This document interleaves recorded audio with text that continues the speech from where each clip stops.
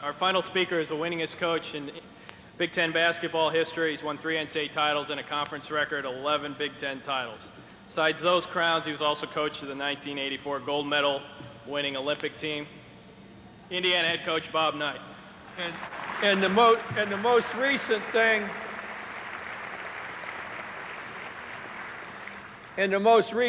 that we've done is getting our ass beat by Boston College in the NCAA. That's the last thing. When I came here in 1971, I got a telegram from the Indianapolis Alumni Association. You know, that's our largest alumni body in the world. And I got the telegram framed, and it's been behind my desk since I think it was the 2nd of April, 1971. The telegram goes like this. Coach Knight, congratulations on being named head coach of our alma mater. We're with you all the way, win or tie. And it has been essentially like that for 25 years. I mean, there is nobody that gets more. I get more help than Governor Bayh gets in this state. I mean, nobody has more assistance than I've got. Now, let me tell you what the hell I'm going to do for people in Indiana this year. And everybody wants to leave a mark on something. Everybody wants to leave a mark on what they do. I don't care what it is. A florist wants to leave a particular strain of a rose. Composer wants to leave a song for eternity. A coach wants to leave a mark on the game that he coaches. Well, I've got that this year. We're going to put a new scoreboard in Assembly Hall. And it's going to be a great thing. And I'll get to its purpose in a moment. But prior to that, you know, I think that you've got to involve people in what the hell it is that you're doing. Your people, your players, refer to those people that are in your business or in whatever you do as your players. I'll talk in athletic terms. You got to get them involved. And once in a while I'll come home and, you know, one time there's a little old lady sitting across the floor from me or standing and was kind of crowded, and I threw her my chair and I got in all kinds of trouble over that. And I'll come home and my wife will say, well, you're kind of down. I mean, you don't seem up. You don't seem ready. You don't seem like we played as well as I thought we played pretty well tonight. I said, you know, there was a guy that was hollering at me from behind, and I couldn't hear what it was that he wanted. And I said, I know that he went home thinking I didn't pay any attention to what he wanted, and I'm really sorry, because I always try to do what the fans want. And I always try to get involvement from our people in games. So we borrowed a little thing from the Catholic Church, and I kind of like this. You know, in the back of all the pews where the Catholics keep the bingo cards, we're going to put in half-court and full-court diagrams. And anytime you're at a game, how many of you have been to a game in Assembly Hall? Well, this year when you go to a game, if you got a suggestion, and it gets noisy and sometimes I can't hear all your suggestions, and I feel badly when I can't, you put your little suggestion down on half-court or full-court diagram, whichever is pertinent, and we got people in every section that'll collect them, take them down to the little table we're going to have behind the scorer's table. 3 people in really spiffy uniforms, and you gals will really be impressed with this. The chairperson every night is going to be a lady, because I just figure she knows a hell of a lot more about how to get things done quickly than most men do. So we're going to put her there in charge, and the 3 people are going to look at all the suggestions. And when they find one that they vote on 3-0 for me to implement in a game, the chair lady hits a button and a bell goes off on my chair if it's still there. And I'll just get up and call time. Get the suggestion, get down, go through the suggestion for the players. Players are going to go out on the floor and put into play what this fan has suggested. And as the players walk out, the scoreboard, my new scoreboard, which will be my mark on basketball, is going to flash the section, the row, and the seat number of the person who's made the suggestion. And the other 18,000 can get on his ass, not on mine. So I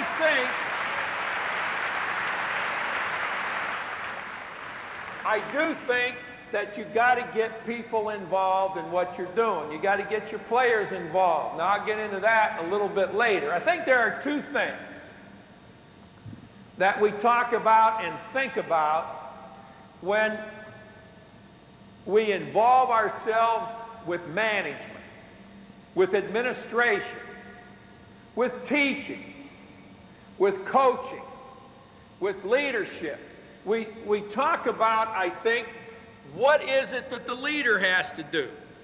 What does the leader have to be? And then what is it that the leader has to do? What does the manager have to do to get the players to play? And you've had a lot of people that have been very, very successful. Not just with individual and personal success here today, 5 people that have been able to get other people to do things. I told La Russa that one of the things he should have done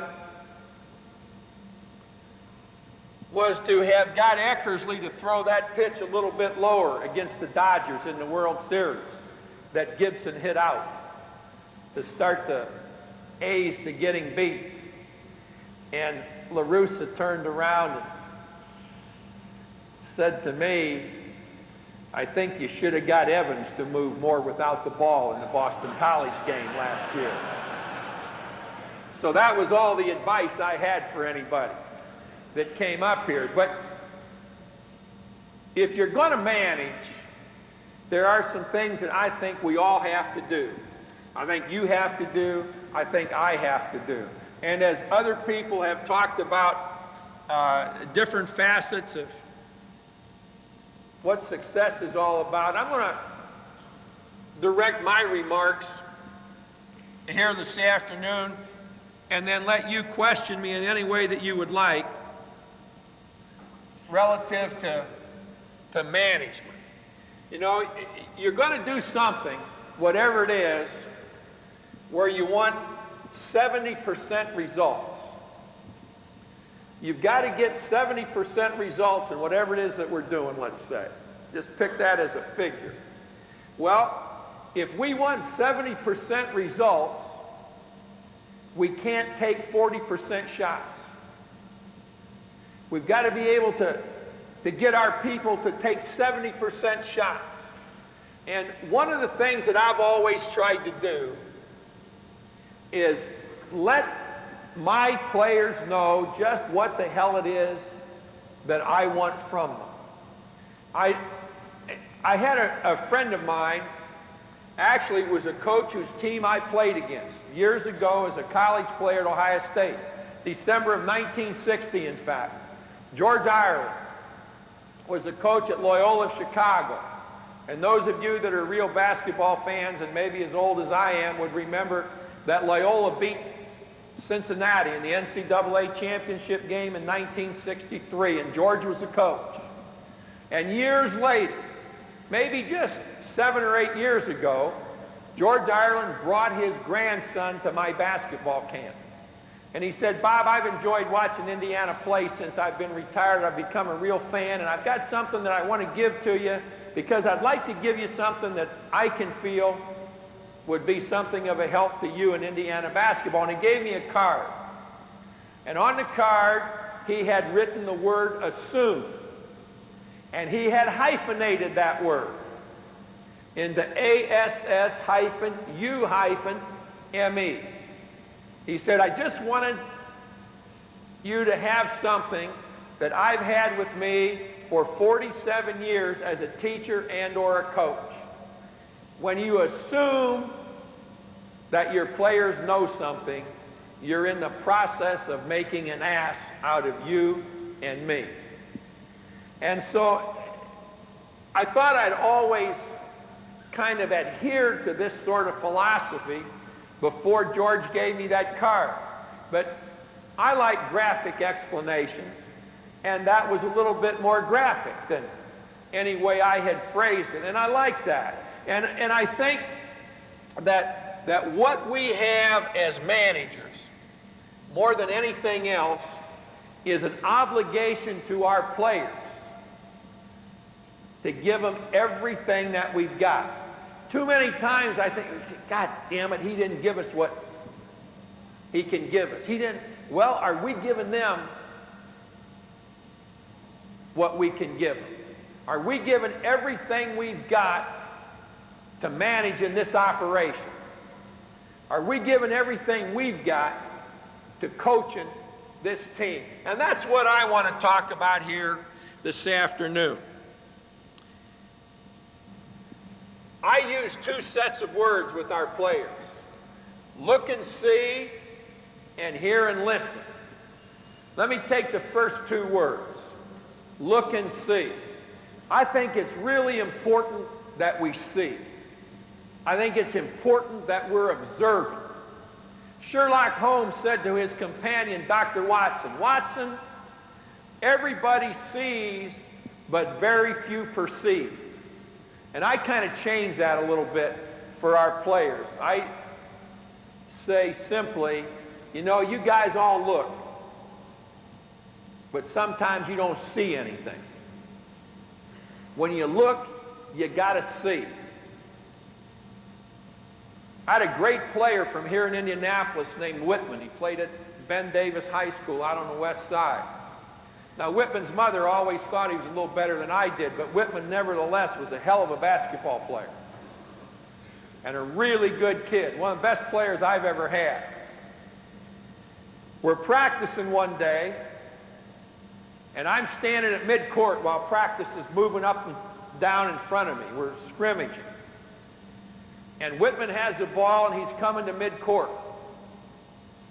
And it's always interesting to try and think as your players do, and then see how many times your players don't quite think that way. I think, all right, Whitman's coming to midcourt. He's going to cross midcourt. We're going to get the ball into play.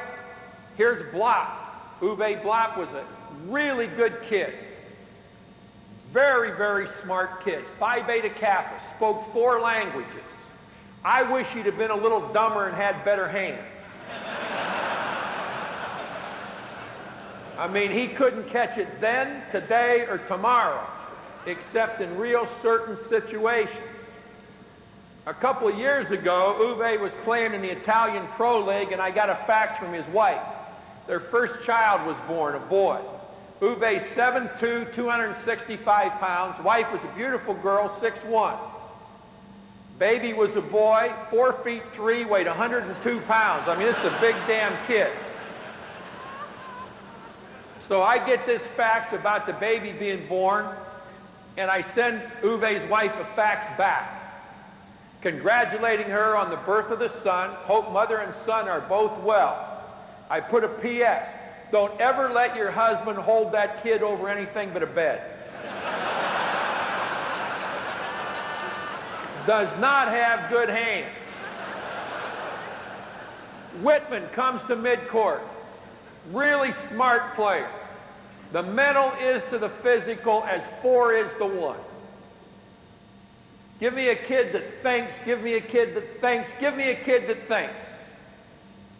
I don't need a kid that jumps. I need one that thinks. Whitman thinks, I think. He comes to midcourt. Block breaks to the basket. Whitman looks, but he doesn't see. Because off the dribble, he makes a perfect pass to Block. Going to hit him right here. All Uwe has to do is catch it and dunk it. But I know, and Whitman knows when he looks up and sees, And Blop himself knows as the ball is coming to him that he ain't going to catch it. And it goes through his hands out of bounds. Well, I'm not at all upset with this, because I know Blop cannot catch this pass. Whitman's a senior. He was redshirted. He's been there for 5 years. Now, my players have a tendency as they progress through school to give me shorter and shorter answers to my questions. And they found that the least they can say, the fewer problems they're going to have. And in fact, Buckner, when he was a senior, had a great skill at just nodding his head one way or the other in answer to my questions. He was the best. So as the ball goes through Blop's hands, I walk out on the court and I say to Whitman, Whitman, how long have you been here? 5 years. How many of those 5 years have you played with Blop? 2. Have you ever seen him catch that pass? No. Do you ever think he'll catch that pass? No. Then Whitman, let me tell you, without any reservation, you've proven yourself to be today the dumbest son of a bitch I've ever had play here. So with those words of encouragement, I went back to the sideline. And we continue to play. See, Whitman, see. Don't just look, see what the hell is out there. Well, you know, I'm always kind of intrigued with guys that pray to see the ball better. They say that the Lord helped them make that putt. Does that mean the Lord screwed everybody else? I don't know. I'd rather the guy took good pitches. And I'd rather think the guy lined up his putt well. You know, I want the Lord working on homes for the homeless and a cure for cancer. He doesn't need to be screwing around with putting and sliders and things. But if he does have an interest in sports, it's got to be basketball. Inside, warm, enthusiasm, girls, boys, old, young. I mean, his whole universe is there in front of him. So I really believe that when he takes a moment of rest, it's probably watching a basketball game. And every once in a while, there's evidence of that. And that day was one of those days. Because about 3 plays later, here comes Whitman up the court. And I'm standing back, and I see the whole thing unfold. And so help me, Blop is in the same position, going to the bucket. Now, I know that with Whitman's past experience and what I've talked about, he's going to see. It isn't going to be a look and a pass. He's going to see. And I envision Whitman coming to midcourt, bringing the ball across midcourt, coming into play, setting up our offense, Blop post. We hit Blop with a pass that he can catch. He turns and scores. I envision all of this. But as Whitman crosses midcourt, he again sees a flash of red and makes a pass off the dribble. Now this time he looks up a little quicker than he did the past time. And as the ball is leaving his hand, he sees that the ball is intended for Blop once again. I've never had a player do this either before or since. Whitman actually dives after his pass.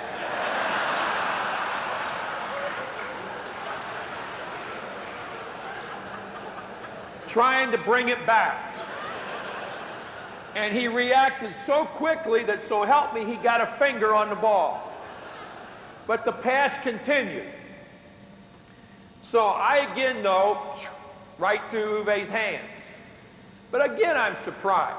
Uwe is running, and he just watches the ball sail out of bounds. No effort made whatsoever to stop this pass. So I kind of momentarily forget about Whitman. And I walk out on the floor. I say, don't move, Whitman, just wait there. And I go to Uwe. And I say, Uwe, you know, I don't expect you to catch that pass. You don't think you're going to catch it. But how about maybe putting your hands together and smacking it back in bounds. Or get your shoulder in the way, or maybe we can keep possession. Uwe 7'1", 260, 4 languages, fluent English, slight German accent, looks down at me and says, "Coach, I agree with you. Red Wittman is the dumbest son of a bitch that's ever played in Indiana."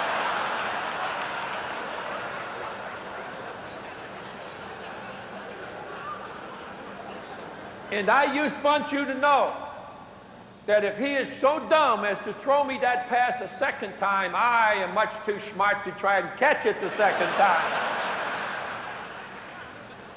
Look and see. I think the manager has got to be able to see. The manager's got to be observant. He has to see the game.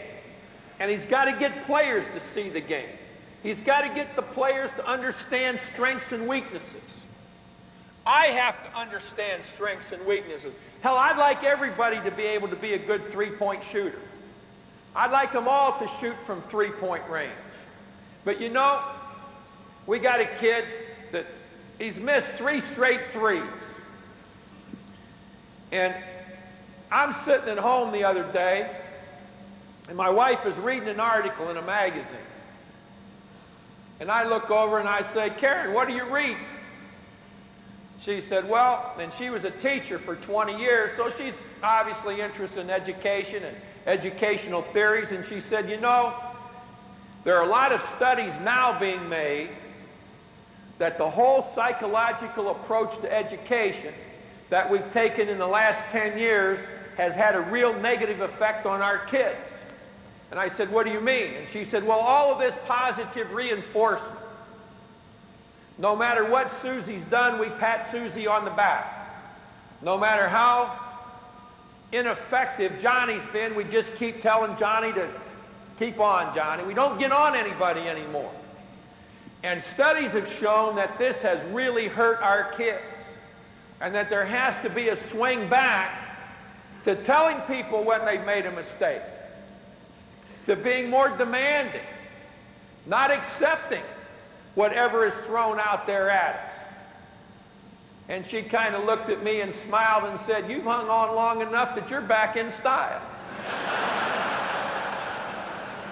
Because see, when that kid has just missed 3 or 4 threes in a row, it's never been quite my style to go out and say, hey, Johnny, I know you've missed 4 straight.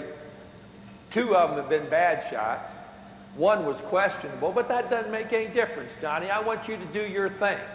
You know, if you think you should take another 4 shots before you go right ahead, Johnny. I've never been quite able to bring myself to that. You know, I would rather say something like, Johnny, let me tell you something. 1 more missed 3 and you're dead. That's kind of been my approach to things over the years. I want Johnny to be able to listen. Next to see and look is listen and hear. We've got to be able to get our players to listen to what we're talking about. I think that's a prime requisite in managing anything. Getting people to listen. We have a timeout with 30 seconds to play. National championship game, Indiana against Syracuse, 1987. New Orleans, the Superdome. We've just scored to get within a point. Syracuse has the ball out of bounds on our baseline. Here's what I said in the timeout. We've got to foul Coleman. Coleman is about a $7 million a year guy that couldn't shoot free throws then or now. I'd rather be paying it to somebody that could shoot free throws. We've got to foul Coleman. As soon as he gets the ball, we've got to try and get it as it's on the way to him. And if we can't, we've got to get a piece of Coleman and get him on the line. And we talked about 2 or 3 kids Syracuse had that were good free throw shooters. that we don't want to put on the line. So after having gone through this at the timeout, Syracuse, to a great extent, kind of thwarts everything that we've planned, because Coleman takes the ball out of bounds. And it's kind of tough to foul a guy out of bounds. Now, they have a kid named Cycli, the center, who flashes up and gets the pass. Well, we immediately come off Coleman and double-team Cycli. Steve Isle came off Coleman, went after Cycli. Cycli makes a really good play, at least seemingly, and returns the ball to Coleman, who stepped in bounds and is now open. Don't just hear, listen. Keith Smart comes off his man as the pass is being made to Coleman and almost gets the pass, almost intercepts it at the basket. And in trying for the interception, fouls Coleman when he can't get it, because he listened to what we wanted done at the timeout. Coleman goes to the line, he misses the 1-and-1. Keith Smart eventually hits a 15-foot shot that wins a national championship for us, and it wasn't the shot that made the difference. It was the play that Smart made on Coleman that put him on the free throw line and only took 2 seconds. We had 28 seconds left to do something. So we start with, I think, if we're going to manage, if we're going to administer, if we're going to teach, if we're going to coach, if we're going to motivate, we start with getting our people to see what's going on and to listen to what it is that we want done. I'm going to talk, as I said, about those things that I think go into successful leadership. And the first is discipline. I think any of us that are going to be in positions of leadership or positions of management have got to be disciplined people. Now, discipline takes a lot of different forms. There have been seemingly undisciplined people who are very disciplined, and people that you would think are extremely disciplined who aren't. I think there are 4 ingredients that a disciplined person carries with him at all times, and they are these. The disciplined person does what has to be done. X has to be done, the disciplined person does it. And he does it when it has to be done. What and when? What have I got to do? When have I got to get it done? And thirdly, the disciplined person does it as well as it can be done. You know, I sure as hell don't play golf as well as it can be played, because I don't have to. You know, I get a little bit irritated when I hit a bad shot or miss an easy putt, or I hang a fly up in the pine tree behind me. No, but I don't have to do those things. I don't subscribe to the theory that you do everything as well as it can be done, because I don't think that's humanly possible. But I for damn sure think that when it comes to business, when it comes to what you're getting paid to do, you're trying to do it as well as it can be done. I try to coach as well as I can coach all the time. I don't try to fish as well as I can fish all the time, because it isn't necessary to do that. And the 4th thing that the disciplined person does, I think, he tries to do it as well as it can be done, and he tries to do it that way all the time. 4 things that if we're going to manage successfully, I think we have to start with, if we're going to lead successfully, are these 4 ingredients that go into discipline. My definition of discipline. Do what has to be done, when it has to be done, as well as it can be done, and do it that way all the time. If we're doing that, then we've set an example for our players. Last night, I had a little team meeting. And because of some things that came up, I was 20 minutes late. Well, I'm not late to meetings, and I don't want anybody else being late to meetings either. And sometimes when players are late to meetings, there are some consequences to suffer. Well, I know the players, although I have had a couple in the past that would have, and I would have certainly accepted it. But these players that I have are still trying to find themselves a little bit. And I know the players aren't going to say anything to me for being 20 minutes late last night. So I did it for them. I walked in and I said, okay, guys, I'm going to tell you something. I'm 20 minutes late. Look at my watch. I say, now you know that if any one of you had been 20 minutes late here tonight, there'd be hell to pay. So here's the deal. In all probability, at some time, when practice starts this fall after the 15th of October, I'm going to be a little bit irritated with all of you. I said, and I looked at Patterson and I said, would you accept that as a pretty good probability?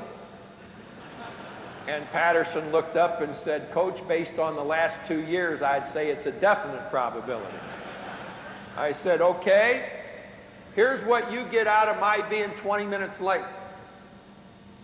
When I put you on the end line, the first time to run sprints, because I'm irritated at your effort, your performance, at whatever it is, somebody just simply say to me, Coach, you told us when you were late at our meeting in June that we would not have to run the first set of sprints you put us in. And you won't have to run them. That's what you get for me being late. And I said, now, is there anybody here who will make sure that you tell me that? No matter how irritated I am. When I put you on the baseline and tell you that we're going to run sprints. And again, Patterson looked at me and grinned and he said, don't worry, Coach, we'll have Charlie tell you. But I want them to be able to feel, to a certain degree, that they are a real part of what we're doing. And it just occurred to me that when I went in there late, that I needed to punish myself a little bit. Because they weren't going to do it, but I needed to show them that I was wrong. Now, keep in mind, I didn't go so far as to say that I would run sprints. But I gave them something.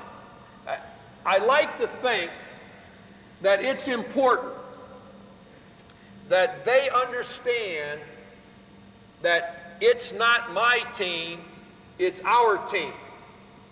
Whatever the team is, it's sales, it's research, it's marketing, it's promotion.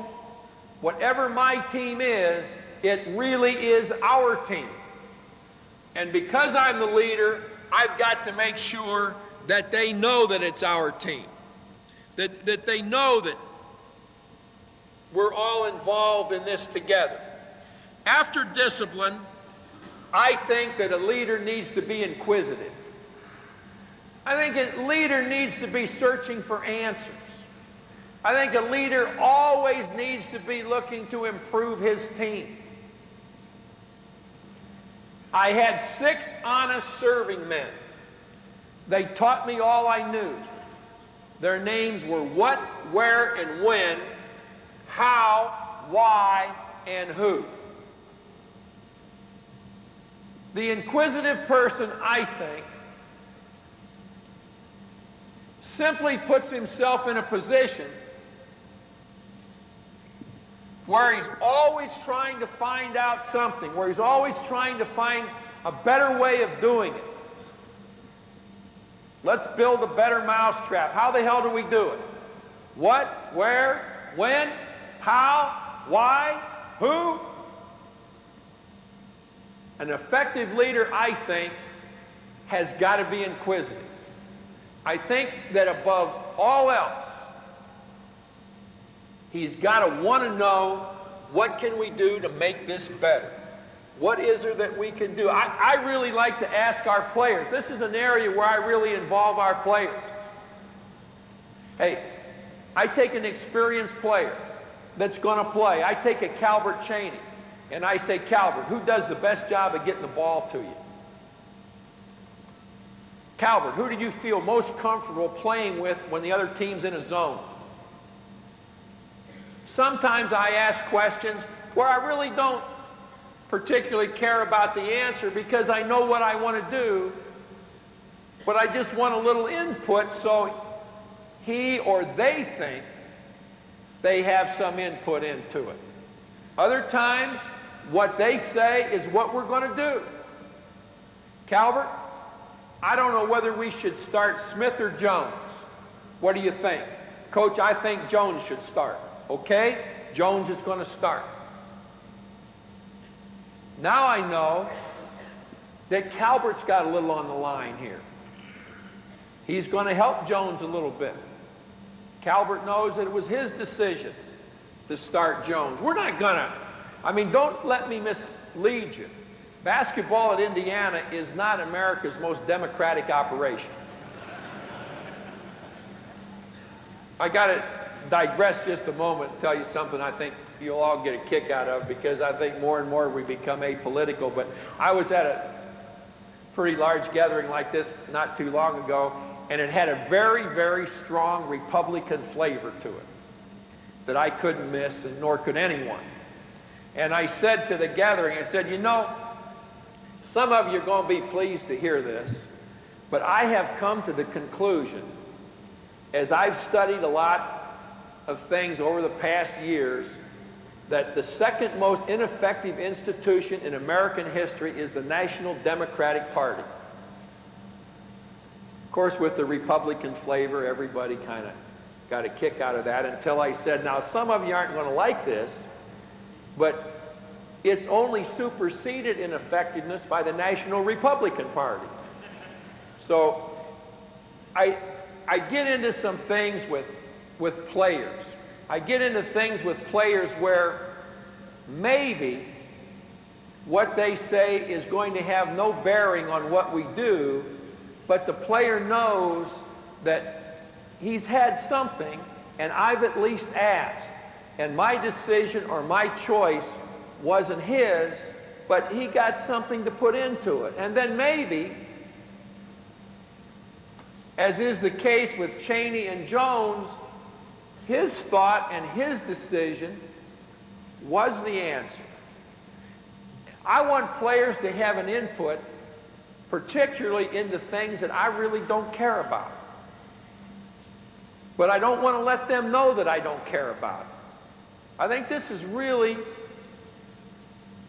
an interesting area of leadership. We're going to practice on Saturday.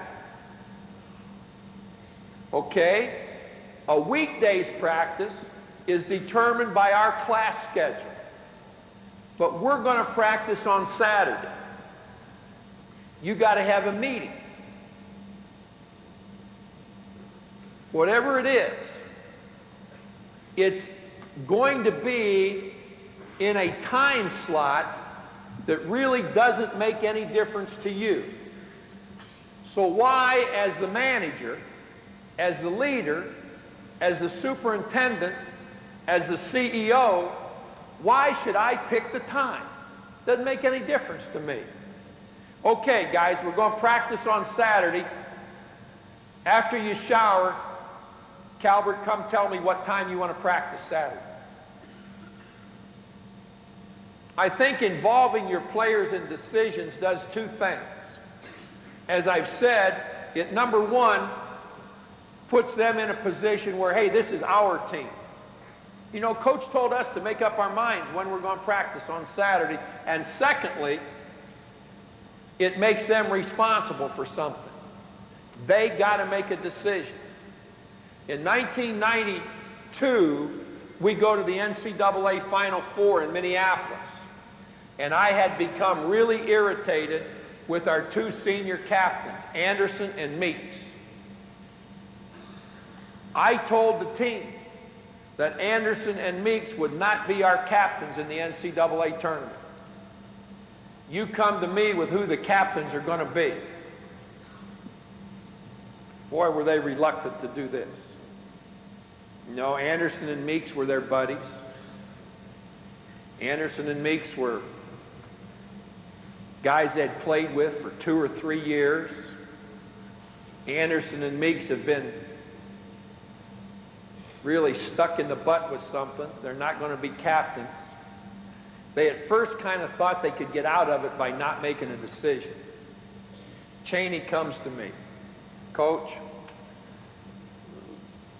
you know, Eric and Jamal have been our captains. You know, we're happy to have them as captains in the NCAA. I said, well, Calvert, I goddamn am not happy to have them as captains in the NCAA.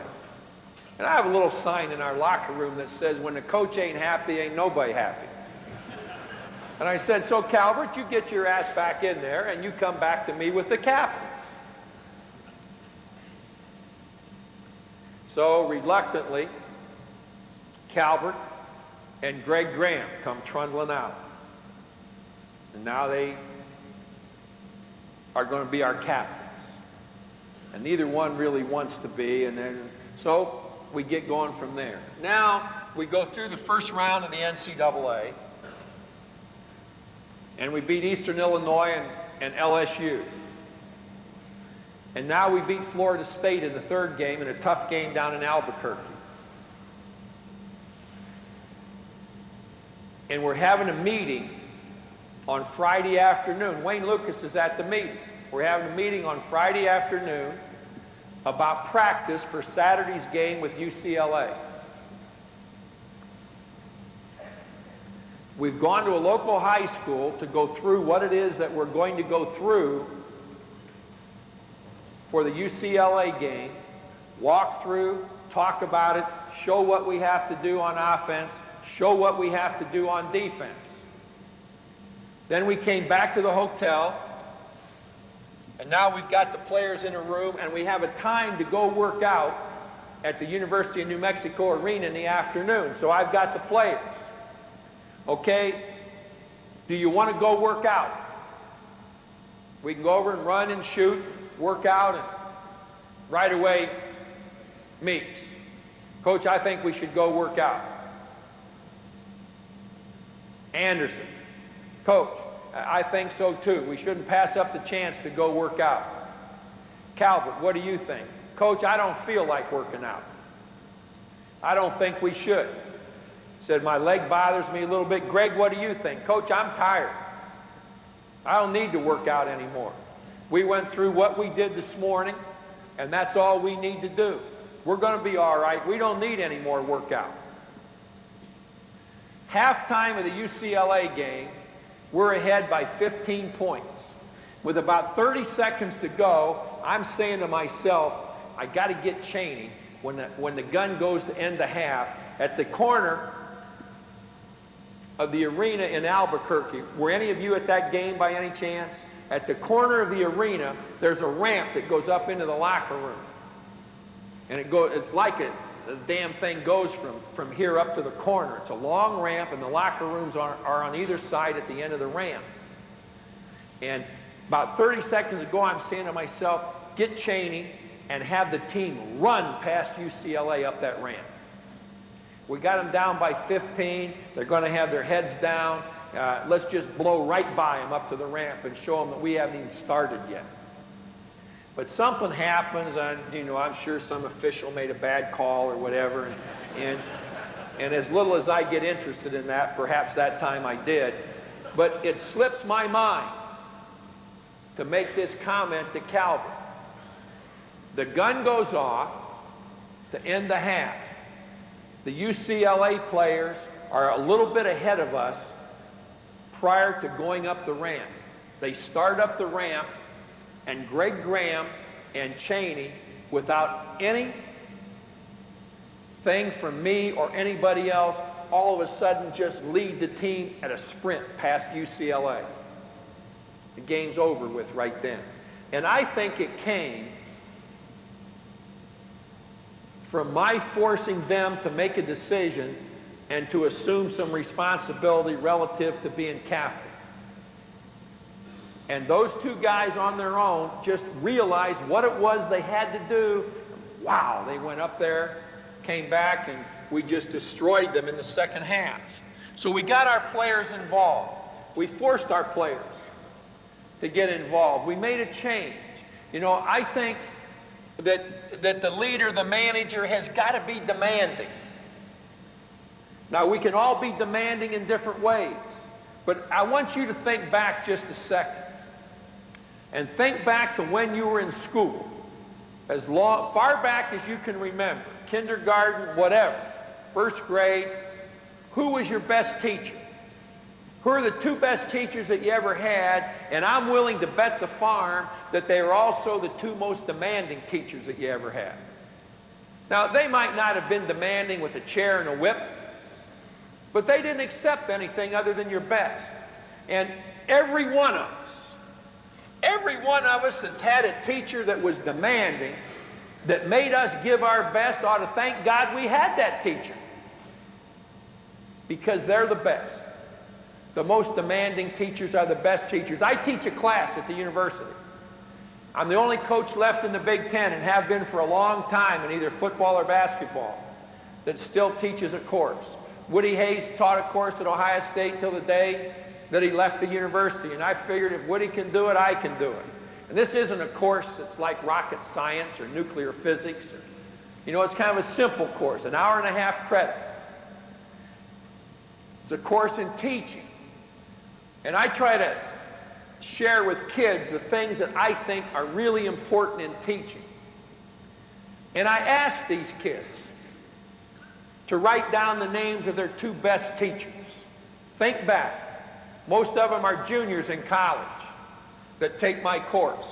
I've probably got somewhere between 80 and 100 kids in there. 60% male, 40% female. Write down their two teachers. Now I say write down the two teachers that demanded the most out of you as a student. Invariably, it's the same two people. So we talk about demands a little bit. And the fact that if you're going to be a leader, you've got to demand. You've got to be able to make demands. Then I say, okay, now how many of you people had a coach you didn't like? All of you probably participated in some kind of sport in high school. How many of you had a coach you didn't like? Well, I'm the only coach in there, and there's no one else in there but me and these 90 kids. And it's always a girl that has the courage to raise her hand first, telling me that, well, I did have a coach I didn't like. Despite the fact that you're a coach, I had one I didn't like. And pretty soon, every hand in the room is up. Now, be honest with me. How many of you had a coach you didn't like? Every hand is up. And I make them keep their hands up and say, don't put your hands down. You didn't have a coach you didn't like?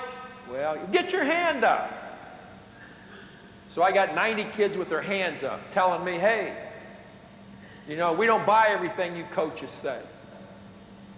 And so I look over my group of 90 students and I say, here's your first lesson in teaching. We don't like all you little bastards either.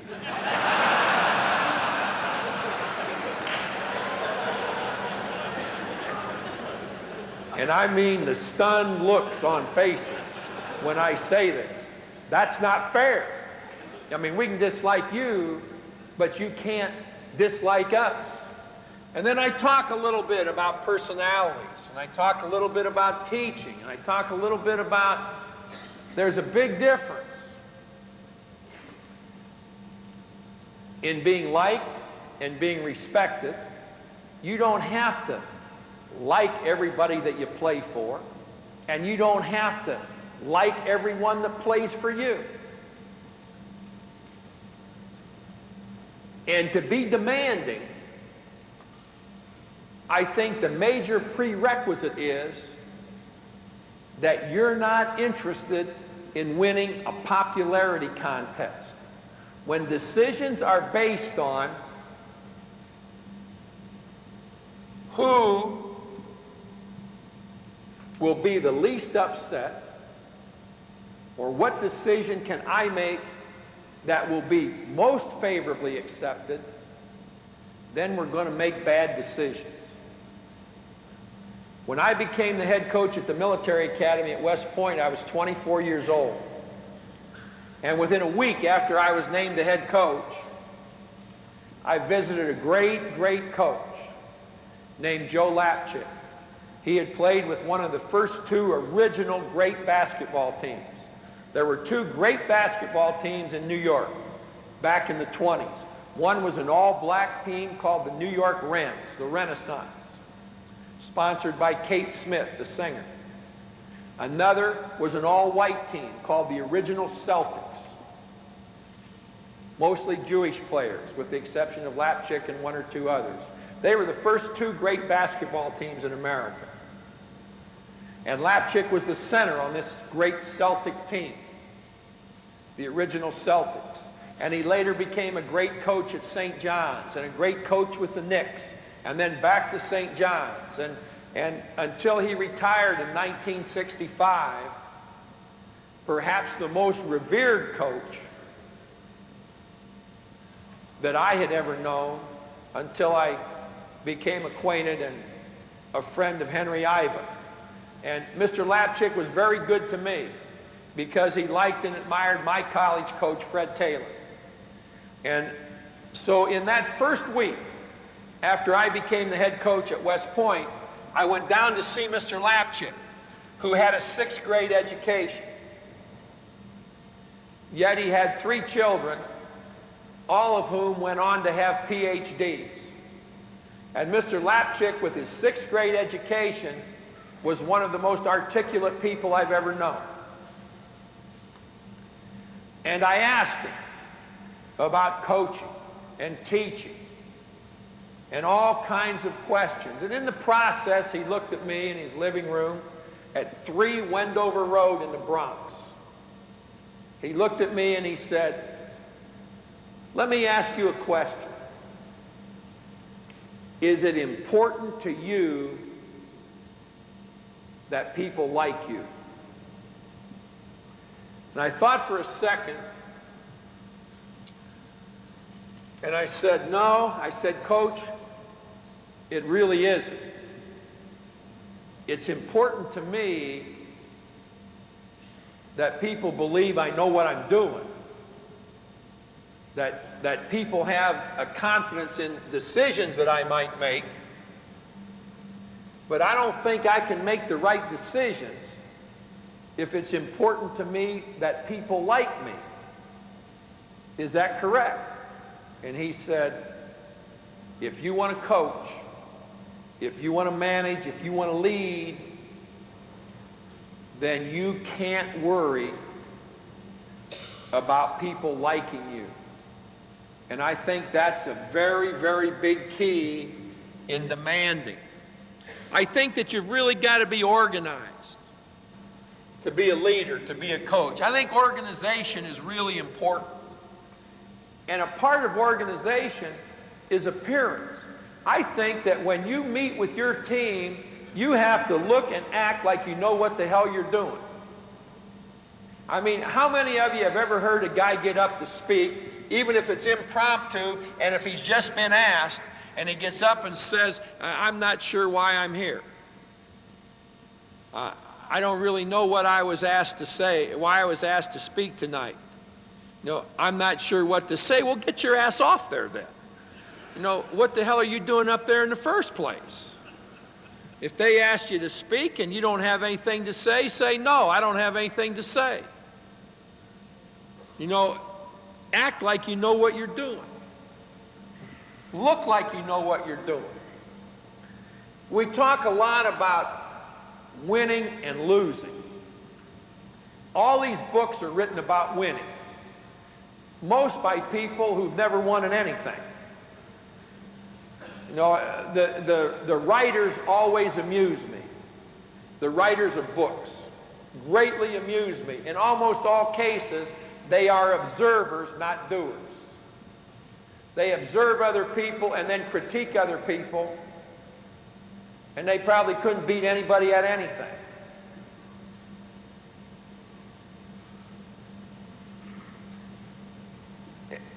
I'm always interested with the guy that has all the theories. When I coached the Olympic team in 1984, a very, very prominent sports psychologist wanted to test the Olympians in basketball to see how I should handle them. And I told him that if I couldn't figure out how to handle them, they'd made a mistake in making me the coach. And it really upset him that I wouldn't let him work with the team. Because after all, he was a sports psychologist for the Dallas Cowboys. And the Dallas Cowboys were in the process of going to 5 Super Bowls, 2 of which they won. This is when Landry was coaching. And this guy thought he had a tremendous amount to do with the Dallas Cowboys, but I also knew that in addition to working with the Dallas Cowboys, he was spending just as much time with the Chicago Cubs. So now you tell me about sports psychology with the Chicago Cubs. And I think that as we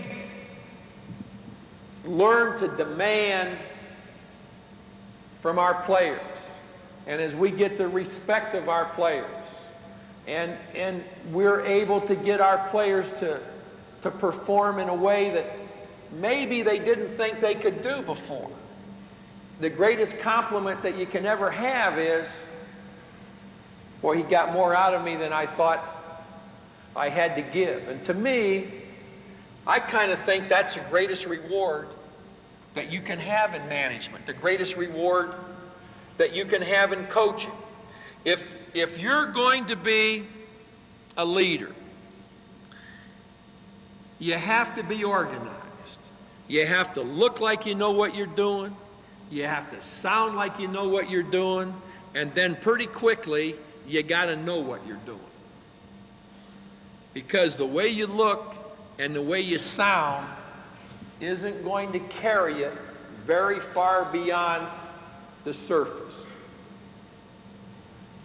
The organized person, the person that is able to list what I've got to do today, how I've got to do it, and get it done. The person who tonight can reflect back upon today and say, I had to do A, B, C, D, and E, and I didn't get D done. Why didn't I? Pogo gave us one of the great lines of all time. We has identified the enemy, and they is us. I think organization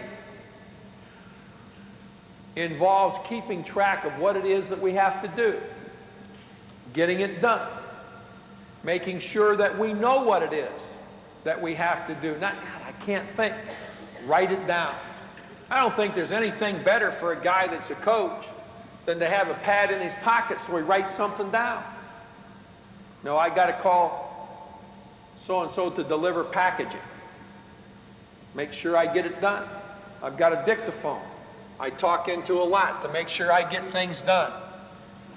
I don't want to, what is it that I've got? God, I can think of 2 things, but there are 2 other things I can't think of. I don't think anybody is capable of keeping track of everything that one has to do as a manager. Write it down. Time. God, there isn't anything to me that's more important in organization than the use of time. There's a great line in the Rubaiyat of Omar Khayyam. Your computations, people say, have led the world to better reckoning. Nay, 'tis but the striking from the calendar of unborn tomorrow and dead yesterday. Now, I do a lot of things with our players. Enthusiasm. The leader has got to have enthusiasm. I mean, I want to be enthusiastically critical. God damn it, we can't do this. Or, boy, that was a hell of a block out.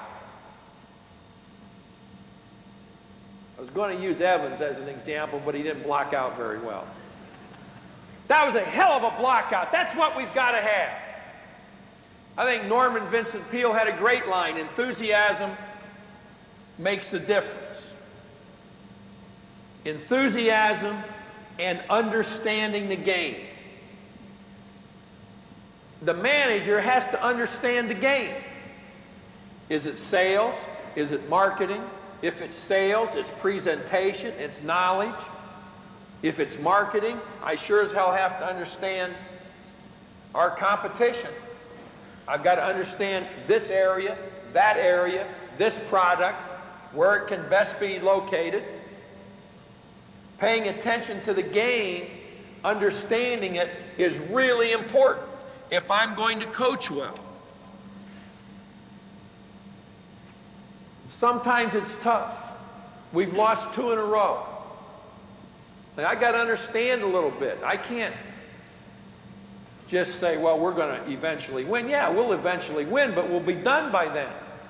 How about walking into my locker room? We've just lost 2 in a row and you're playing for me, and you see a big sign on the board. When you're up to your ass in alligators, remind yourself that your initial objective was to drain the swamp. We've just lost 2 in a row. We're up to our ass in alligators. And we better get the swamp drained.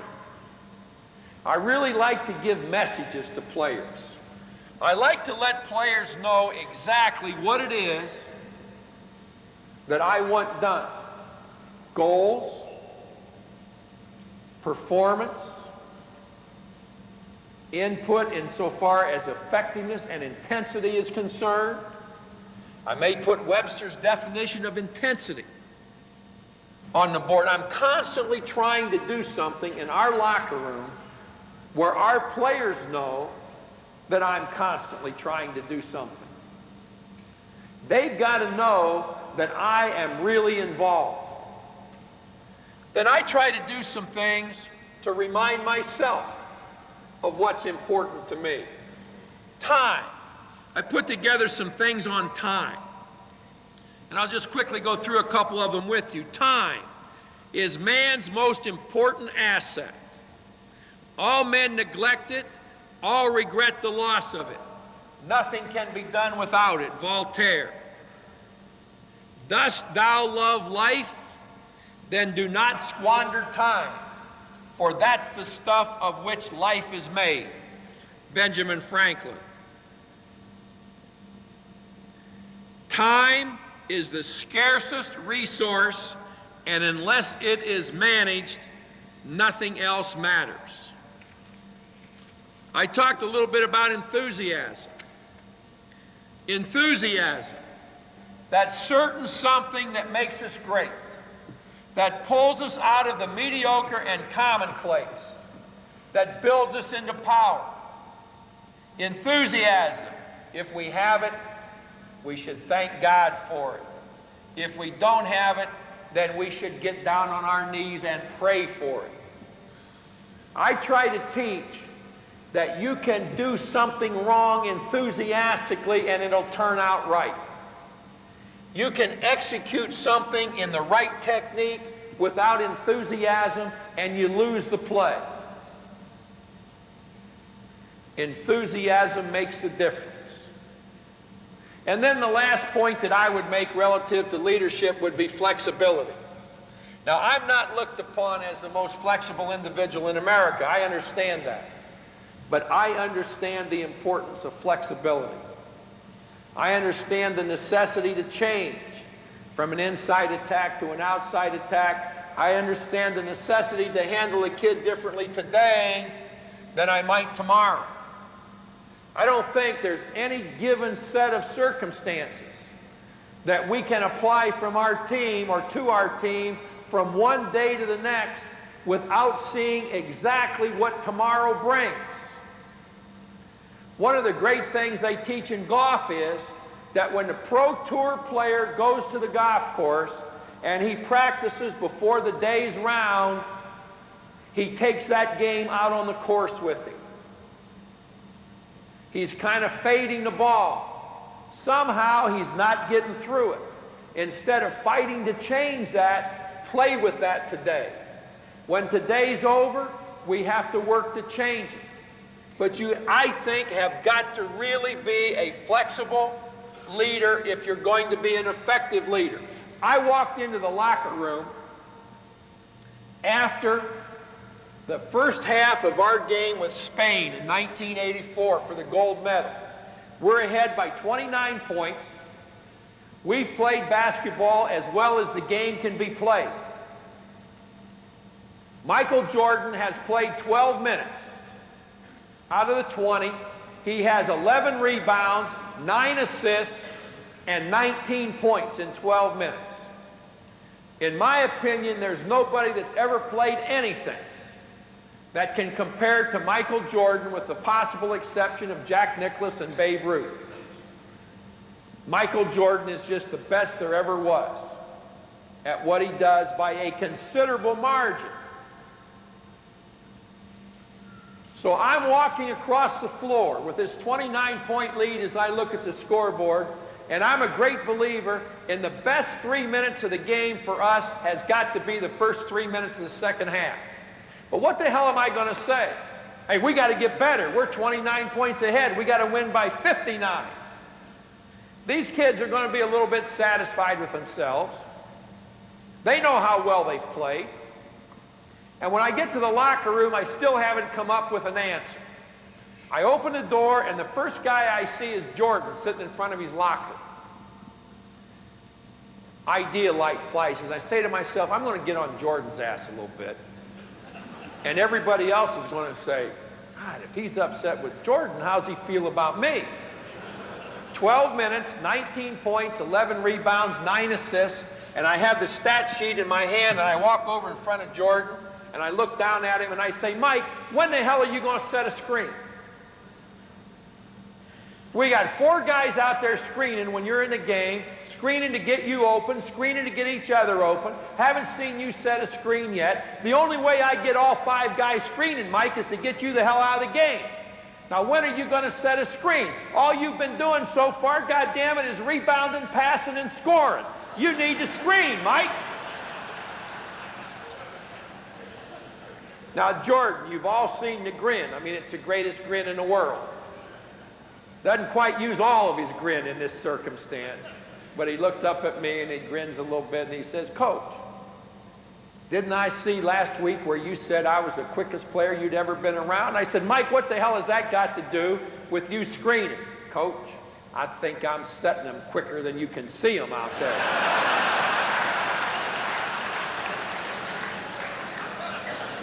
Well, I was flexible enough to look at Jordan and say, then, God damn it, slow him down a little bit so I can see him. These are the things that I think have to go in to being a leader.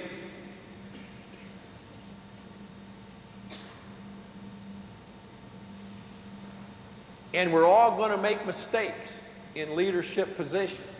We aren't all going to make the right decisions. Wayne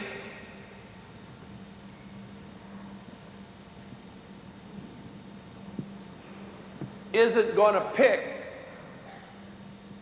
the right jockey in the Preakness. Wayne's going to drop Pat Day to give Bailey a ride.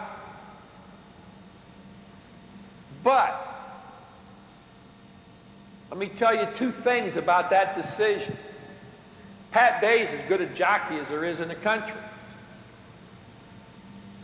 And Bailey is too, and Bailey rode Wayne's horse in the Kentucky Derby. What kind of great loyalty is that on the part of the trainer, on Wayne's part, to take it upon himself to drop Pat Day and give Bailey the ride because Bailey's horse was scratched from the race? Now, I thought that was a tremendous tribute to Wayne and his loyalty to Bailey. Pat Day goes on and rides the winning horse in the Preakness. I mean, that's just one of those things. What I have never seen written or talked about was Wayne's loyalty to Bailey. And Bailey deserved, having ridden the Derby winner, to have one of Wayne's horses in the Preakness. I thought that was a great thing that Wayne did. How about this? In the recent U.S. Open last week, one of our kids, Randy Lean from Dayton, who's a sophomore, got into the Open when Freddie Couples had to withdraw with a bad back. Called Sam Carmichael, our coach. Sam Carmichael is the same age as I am, 55. And Sam went up to Oakland Hills and caddied 4 days for Randy Lean. 55 years old, tugging that bag. Sam hadn't walked 18 holes since Mother Teresa was a missionary. And here he is, carrying this kid's bag. 19 years old, Sam's carrying the bag for 4 days. I mean, how hard do you think that kid will play for Sam Carmichael the next 2 years? I mean, in all of the things that we talk about, and all of the things that we talk about relative to leadership, perhaps the most important of all might be loyalty to the players that we have who see, who listen, and who perform. I've enjoyed being with you here this afternoon. Thank you.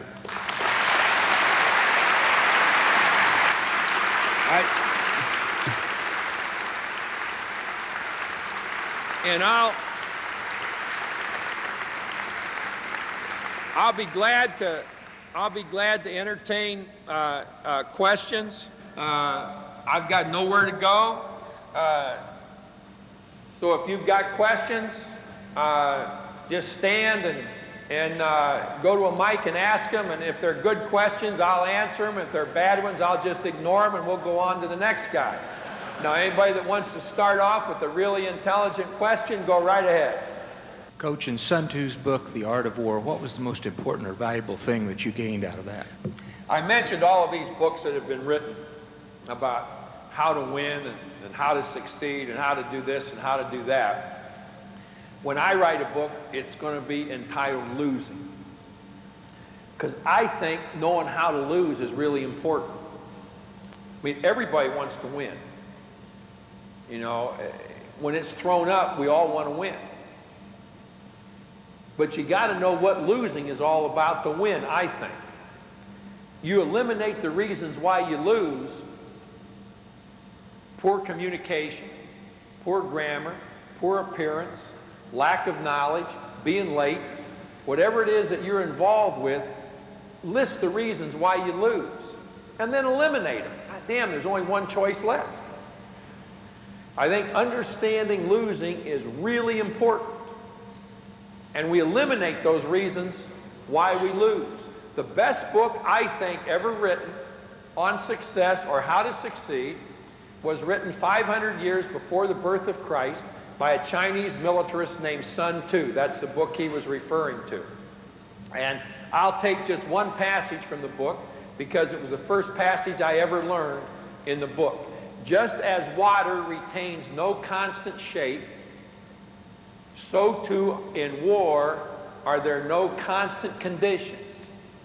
He who best understands this may be a heaven-born captain. Talks about a lot of things: understanding the game, flexibility, observation.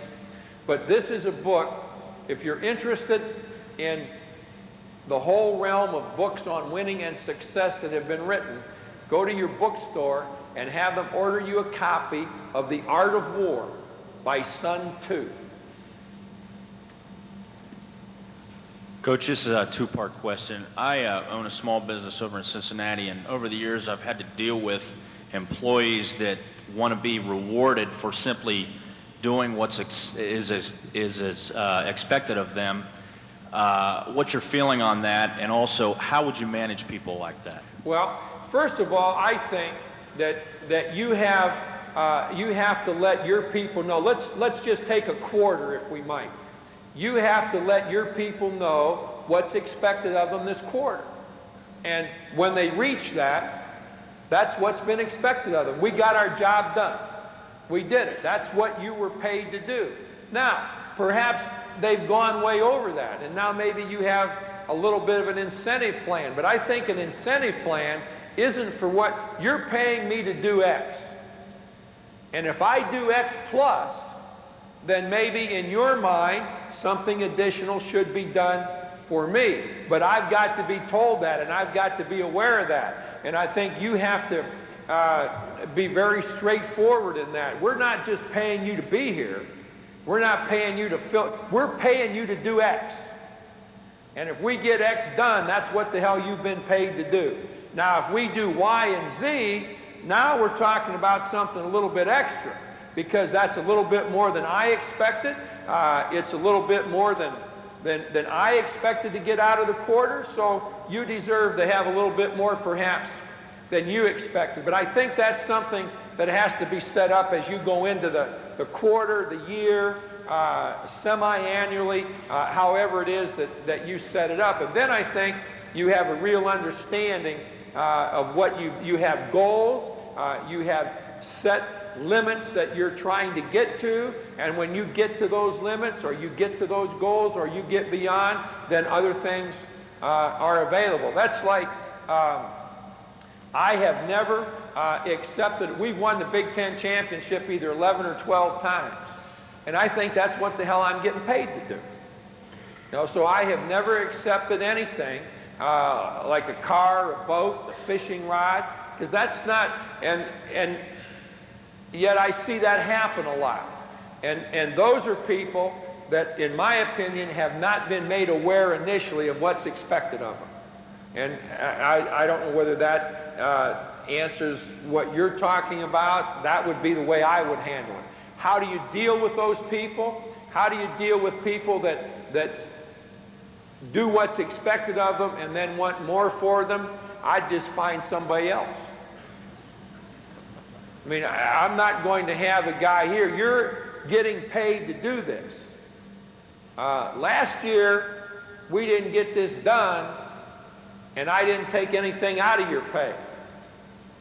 This is what you're paid to do. Now, you get beyond that, and I always think there's a little bit of a really difficult area here also in promotion. You know, some people just shouldn't be promoted because they're too damn good at what they do. And I think another part of management is recognizing that, and also knowing that this guy isn't going to be as good if we promote him to this job as he is here. And I think you've got to be tough enough to bring him in and say, John, let me tell you something. Based on what you've done, you deserve to be promoted from C to B, but I'm not going to do it. Because you're too good at what you do, I'm just going to pay you what B gets to stay here at C. And we've saved both of us a hell of a lot of problems. Because John isn't capable of what all is entailed at B. And now I'm going to have problems with a guy who is really, really good at C. Translate that to basketball, it's a kid that doesn't shoot very well. And I don't let him shoot nearly as much as his dad thinks he should be shooting.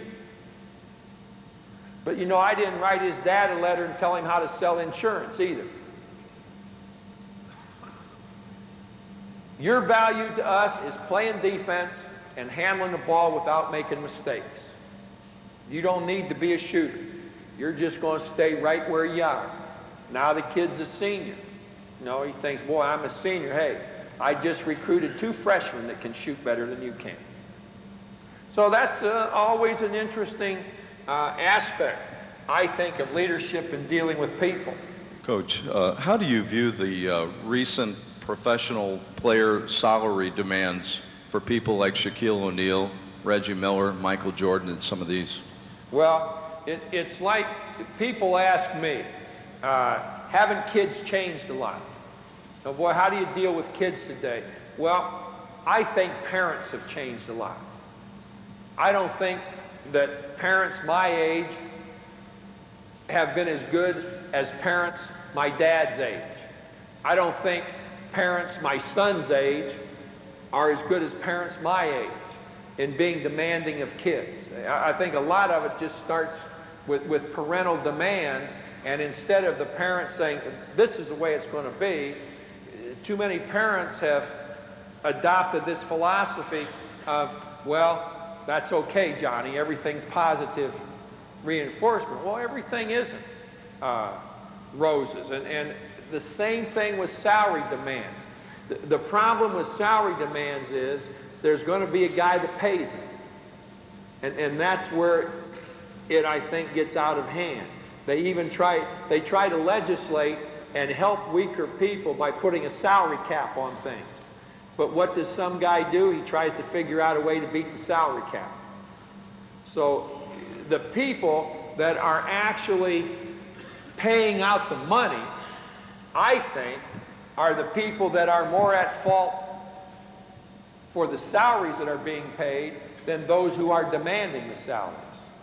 Now, if Shaquille O'Neal wants to make $25 million a year, then put an incentive in there that for every game that he doesn't shoot 70% from the free throw line, it costs him $10,000. I mean, that I think would be fair. You know what, somebody just told me today that I think his contract demand was $37,000 a day. I mean, well, it seems to me reasonable to believe that the guy ought to make a free throw occasionally.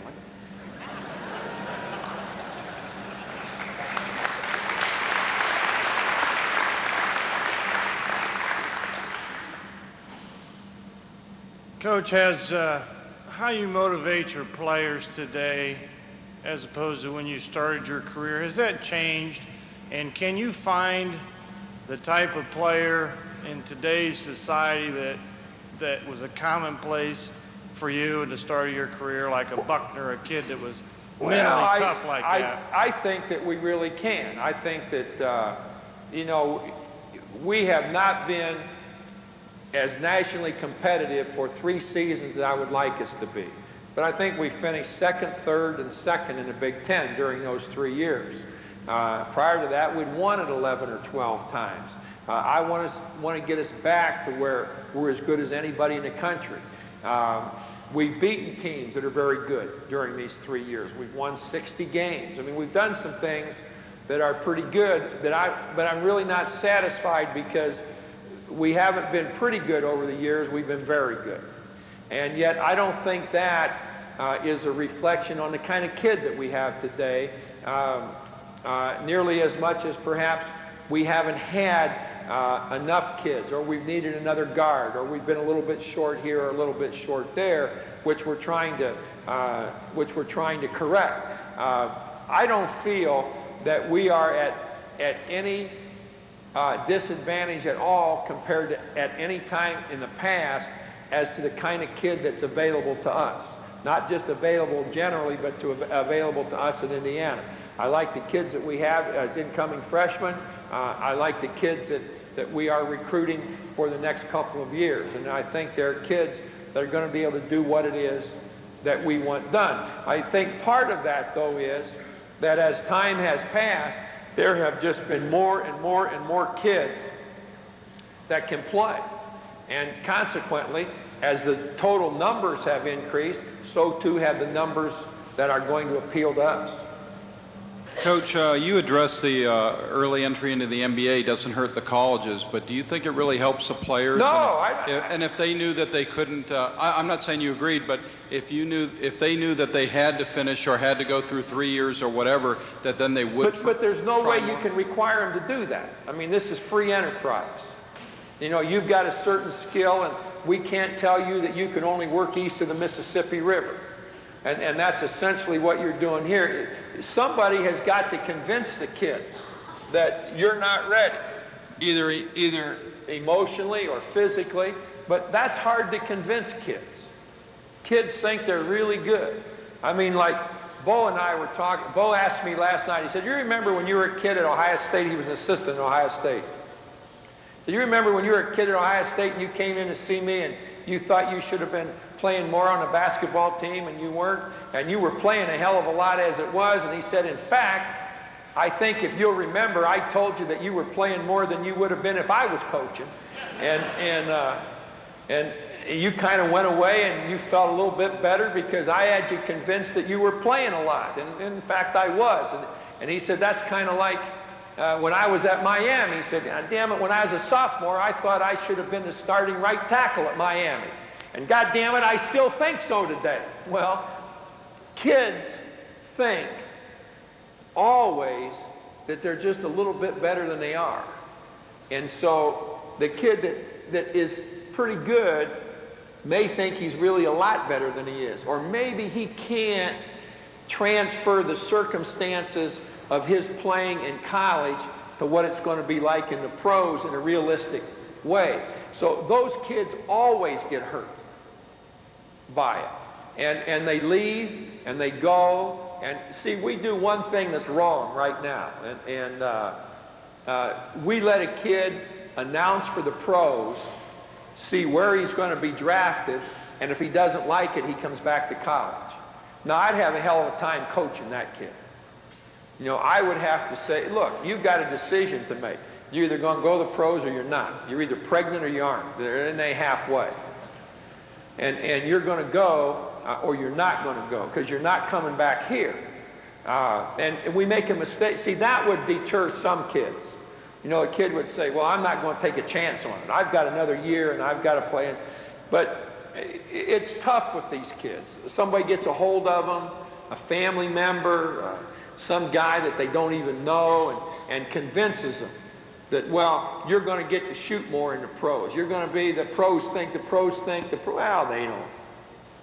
And that will always be the problem. See, they have a big problem with agents right now, or the NCAA thinks there's a big problem with agents. Well, you eliminate agents by making representation for a professional contract part of the scholarship the kid gets for attending any institution. So in our situation, I just get 3 or 4 guys who are attorneys and really willing to help our players, volunteer their services to any of our players that are capable of signing a professional contract so it doesn't cost them anything. And now you virtually eliminate agents by doing that. But the NCAA will not, by the year 2050, come up with that as a solution. Well, as I said, I've enjoyed being with you. What we've simply tried to do today is let you listen to and then ask questions of some people that haven't written books or made tapes, but that have made decisions and built teams. Just like you have to build teams, or you have to run a department. You have to make decisions.